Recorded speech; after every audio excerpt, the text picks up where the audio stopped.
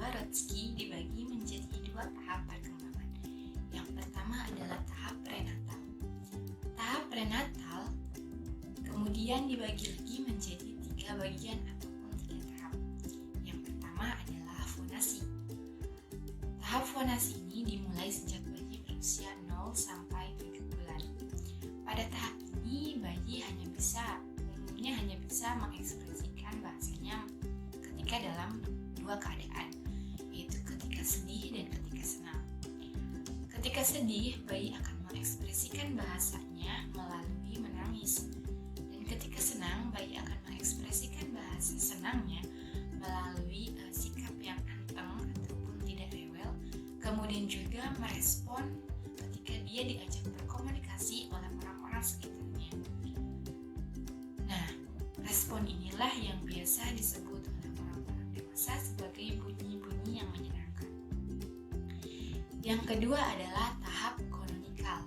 Tahap ini dimulai sejak bayi berusia 7 sampai 10 bulan. Pada tahap ini bayi sudah bisa mengoceh walaupun belum merupakan susunan kata yang bermakna ataupun berfaedah. Tetapi pada tahap ini juga bayi sudah bisa mengeluarkan satu suku kata yang akan dia ucapkan secara berulang kali, seperti mama dan papa. Kemudian bagian yang ketiga adalah kontraksi.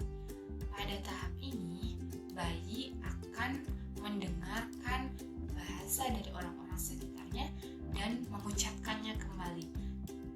Secara tidak langsung, tahap ini adalah tahap di mana dia meniru bahasa orang-orang sekitarnya. Tahap yang kedua adalah tahap linguistik. Pada tahap ini dibagi lagi menjadi 3 tahap. Yang pertama adalah holofrase. Holofrase atau tahap satu kata dimulai biasanya sejak bayi berusia 14 bulan. Pada tahap ini bayi sudah bisa ataupun anak sudah bisa mengungkapkan keinginannya walaupun hanya terbatas pada satu kata yang tertuju, seperti ketika dia ingin meminta susu, dia hanya bisa bilang susu. Ataupun ketika dia ingin makan, dia hanya berbicara ataupun mengungkapkan bahasanya melalui makan saja. Yang kedua adalah tahap 2 kata. Pada tahap ini biasanya ketika bayi berusia 18 bulan. Pada tahap ini bayi sudah bisa menggunakan banyak kata walaupun kata-kata ini belum bersifat ataupun belum bisa menggambarkan sesuatu. Dia hanya mengungkapkan kata sesuai dengan realita ataupun bisa disebut dengan dediktif. Kemudian tahap yang ketiga yaitu tahap 3 kata atau lebih. Pada tahap ini biasanya dimulai sejak bayi sudah berusia 2 sampai 5 tahun. Tahap ini juga biasa disebut dengan tahap diferensiasi. Nah, tahap ini bayi sudah bisa mengeluarkan kalimat yang sudah kompleks, yang sudah dapat dimengerti secara utuh.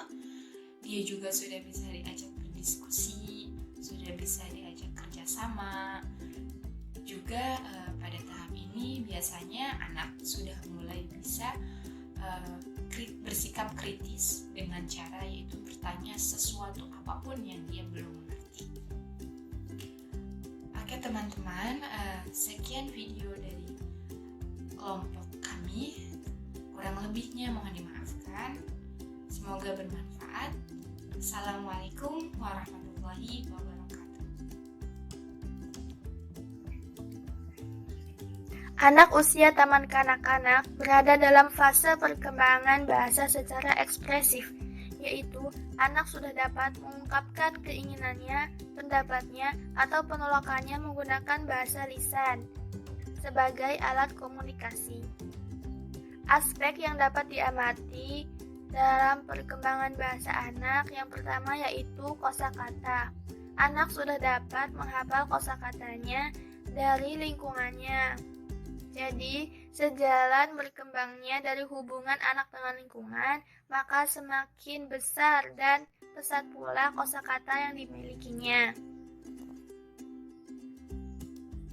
Yang kedua, sintaksis atau tata bahasa. Meliputi bagaimana kata-kata dikombinasikan menjadi frasa-frasa atau kalimat-kalimat yang dapat dimengerti. Anak mempelajari tatanan bahasa dari lingkungannya, bisa dari mendengar atau mencontohkan dari orang dewasa di sekitarnya.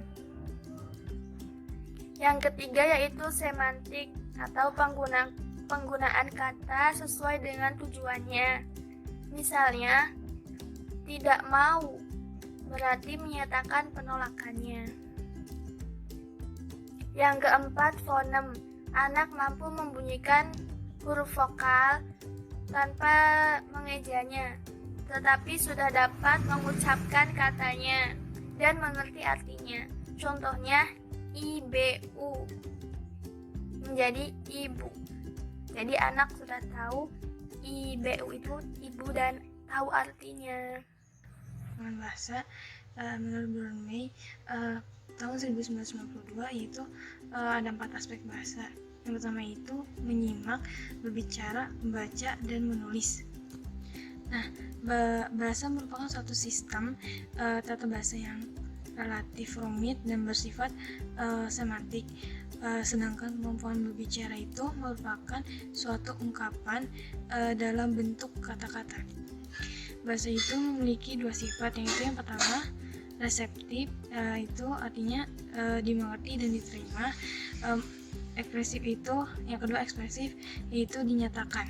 Contoh bahasa ekspresif adalah berbicara dan menuliskan informasi untuk dikomunikasikan kepada orang lain. Keterampilan menyimak dan membaca itu merupakan keterampilan bahasa reseptif karena dalam keterampilan ini makna bahasa diperoleh dan diproses melalui simbol visual dan verbal. Dengan demikian, menyimak dan membaca itu merupakan proses pemahaman yang disebut comprehending process. Berbicara dan menulis merupakan keterampilan bahasa ekspresif yang melibatkan pemindahan arti melalui simbol visual dan verbal yang diproses dan diekspresikan oleh anak. Demikian juga berbicara dan menulis itu proses penyusunan yang disebut composing process. Ada beberapa perbedaan 4 aspek bahasa, yaitu yang pertama, anak menerima dan mengekspresikan bahasa dengan cara yang unik dan bersifat individual. Yang kedua itu penerimaan dan pengekspresian bahasa terjadi dengan kecepatan yang berbeda. Dan yang terakhir itu aspek bahasa berbeda sesuai dengan daya tahan relatifnya.